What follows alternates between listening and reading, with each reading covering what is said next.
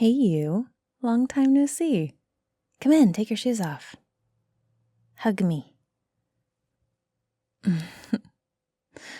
Okay then, what can I do for you? Well, when you ask if you can come over, it's usually either because you want to eat my food or you want advice about something. Hey, it's not rocket science. You're pretty easy to read. Plus, you know I'm glad to see you for whatever reason. You're welcome to the food, but you look like you also have something on your mind.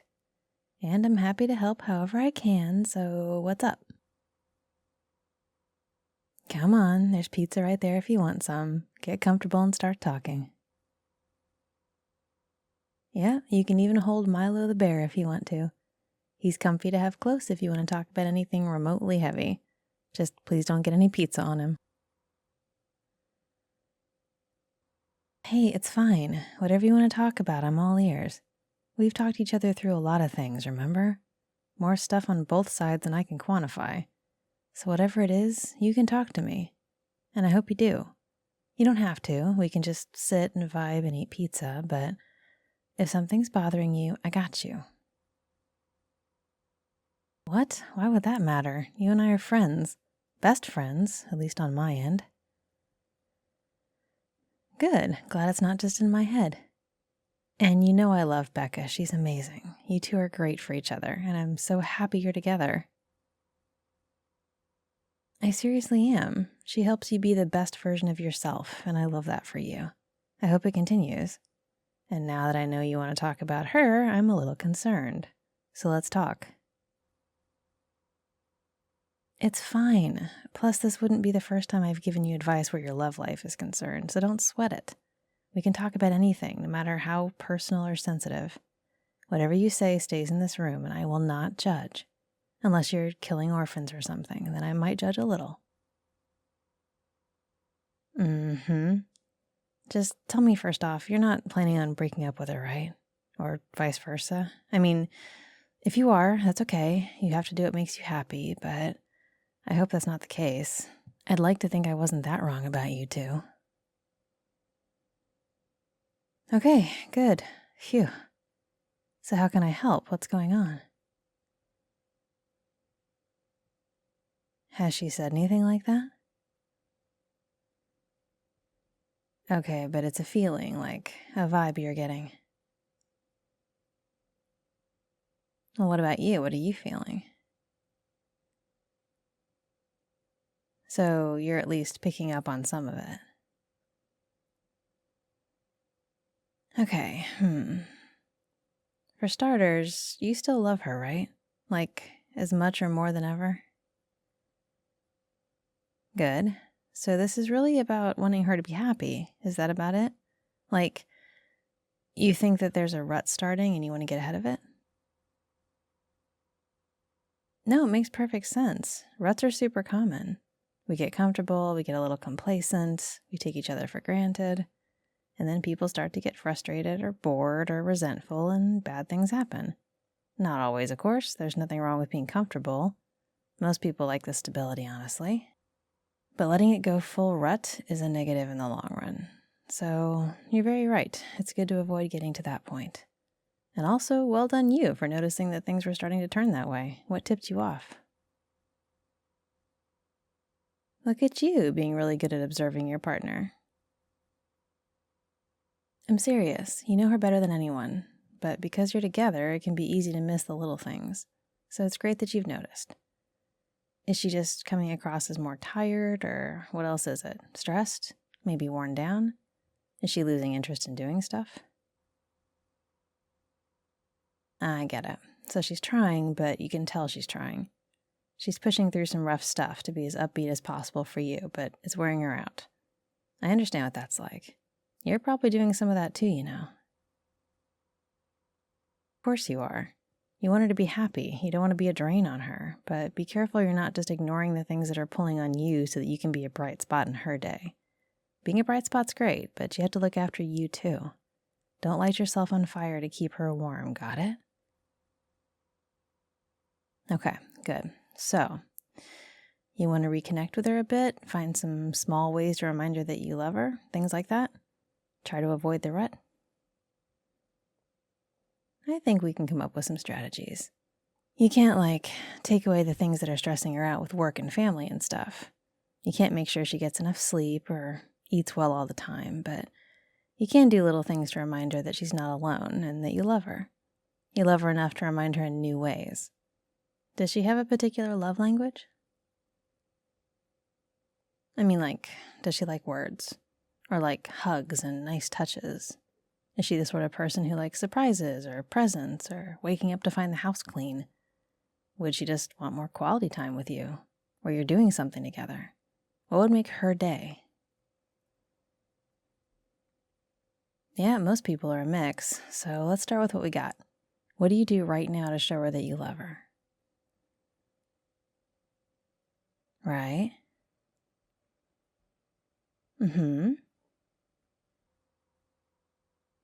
Okay, so it sounds like the big stuff is saying you love her a few times a day, kissing hello and goodbye, occasional snuggles and touches, some playful moments, handling the repair projects around the house. You go out together a lot, that's awesome, even just to ride your bikes around. You're great at making sure she doesn't stay indoors for too long.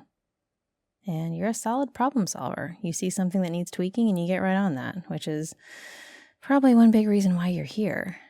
Oh, and you absolutely nail the birthday and Christmas gifts. I know that. Yes, you do. She loses her mind with how thoughtful your gifts are every time. Give yourself credit for that. You are so bad at taking compliments. But honestly, you're a really great partner. Yes, you are, because you're thinking about her and how to make her day better. You're not obsessive or weird about it. You just want her to know she's loved and safe. Because she makes you feel loved and safe, right? What are some of the things she does that you like? You know, little things she does to say I love you. Oh, that's cute. I like that. Ooh, that too. That's a good one. And she reciprocates your cuddles and stuff like that too, right? Okay, so it sounds like she does a good job of making sure you feel welcome to talk or hug or just sit and not talk at all. She helps you feel like you're okay to be yourself and that you're supported in that. Is that about right? Awesome. So some of those things she does, have you considered doing them back? Well, I know there's already a lot of overlap, but okay, as an example, she seems to like words. She leaves little notes for you, right? And you like them. They make you smile when you see them. Right, so have you considered leaving her a note? Maybe something for her to wake up to? I know you don't think it's a big deal, but you might be surprised how much she likes it. Even if it's just, have a great day, love you, written on a scrap of paper. You might make her whole day with that. And it's zero effort. Honestly, as long as you don't overuse them, little notes might be a huge mood boost. Also, what about doing a little pampering for her? Oh, nothing that elaborate. Just you could draw her a bubble bath. Maybe brush her hair if she likes that. Yeah, it's really relaxing. And that's kind of it. Just let her chill in a bath after you brush her hair. But here's the thing, don't give her a choice. No, I don't mean that. What I mean is, don't say something like, would you like me to brush your hair? Or would you like me to draw you a bath?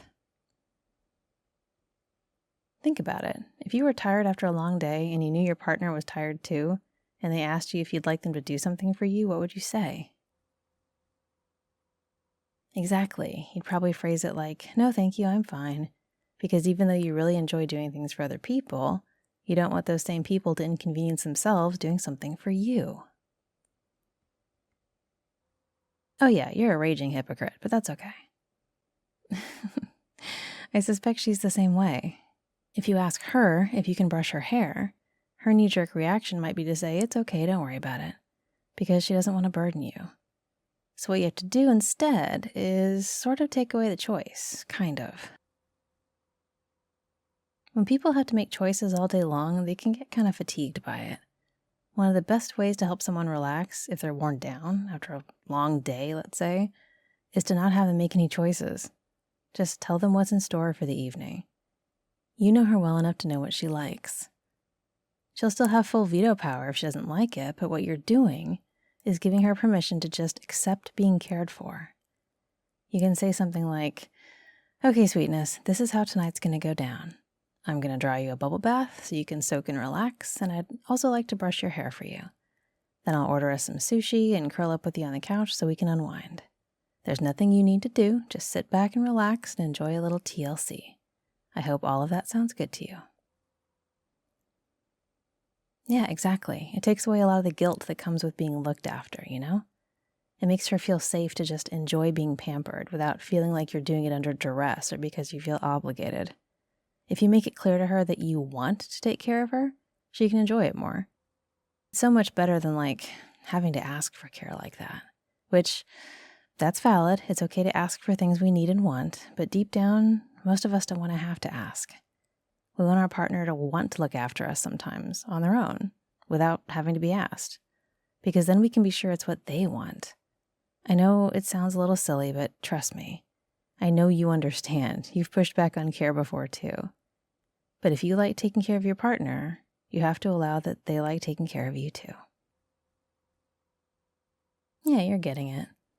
So that's the formula I'd use, I guess. Oh, one more thing. Try to be a little more present with her.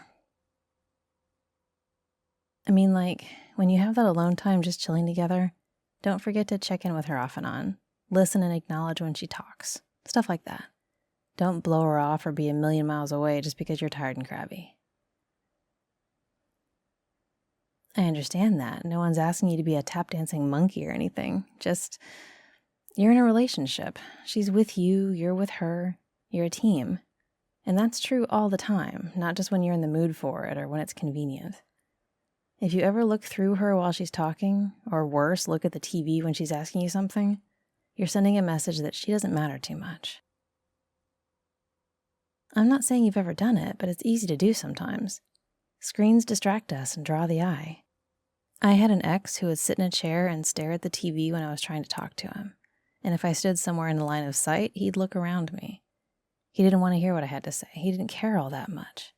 To him, it wasn't important, which is one reason why he didn't understand why it bothered me. But even little things deserve acknowledgement, you know? Whatever it is, don't let her feel like she doesn't matter to you. She's not the type to demand your full attention constantly or interrupt your games or anything else you're doing. If she were, I'd offer different advice. But she seems to have a healthy respect for your space and your boundaries, and she doesn't seem to want to push into everything you do. She just wants to go forward alongside you, and that's a great thing. See, I'm glad. She's a keeper, and it makes me happy that you want to find ways to show her you love and support her. It's awesome, honestly. Of course, I'm proud of you. Want more pizza? Help yourself. And if there's anything else you want to talk about, I am right here. Hey, Sweetness. Special shout out to this audio's randomly selected Sweetness patron, Gunter.